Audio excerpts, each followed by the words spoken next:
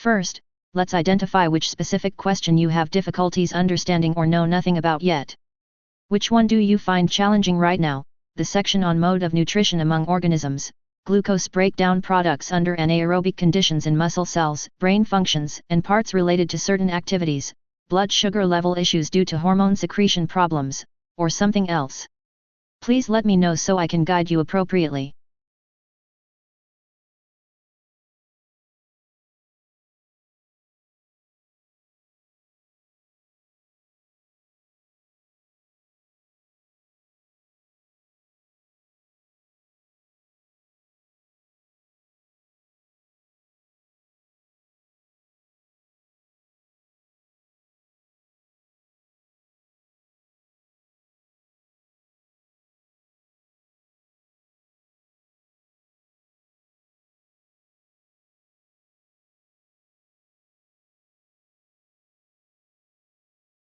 Understanding complex biological processes is key in biochemistry and physiology.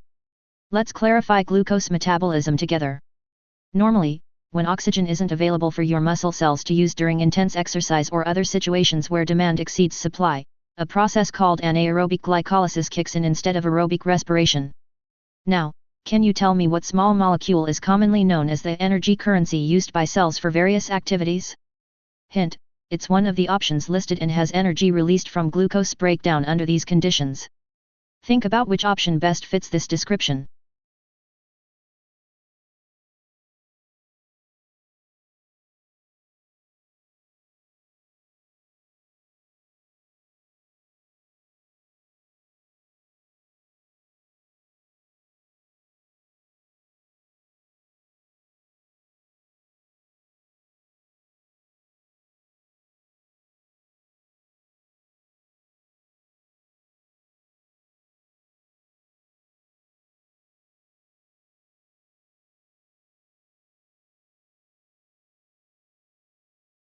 That's a good start, but remember we are trying to find out what is produced when our muscle cells use up their stored sugar in the absence of oxygen, not where they get glucose from.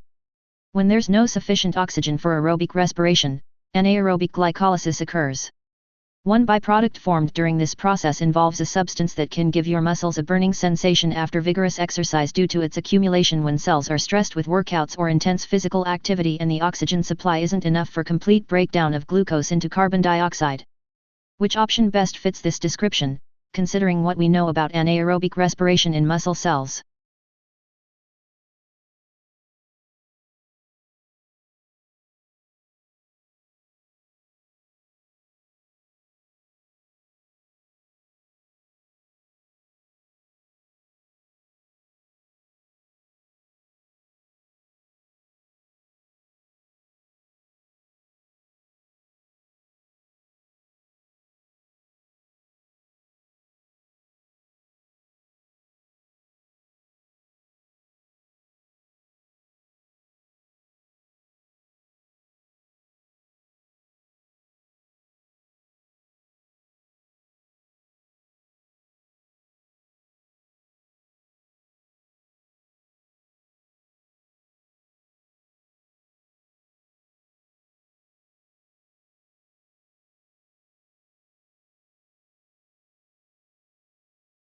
Exactly.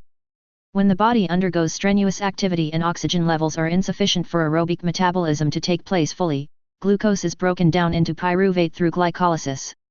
This process produces a small amount of ADP, energy, but also leads to lactic acid production as the byproduct when it occurs without enough oxygen. This condition often happens in our muscle cells during intense exercise and can lead to that familiar burning sensation you mentioned.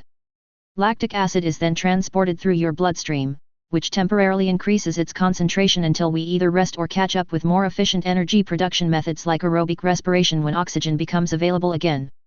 Well done on figuring this out. If there's anything else that puzzles you about these concepts in biology and physiology, feel free to ask.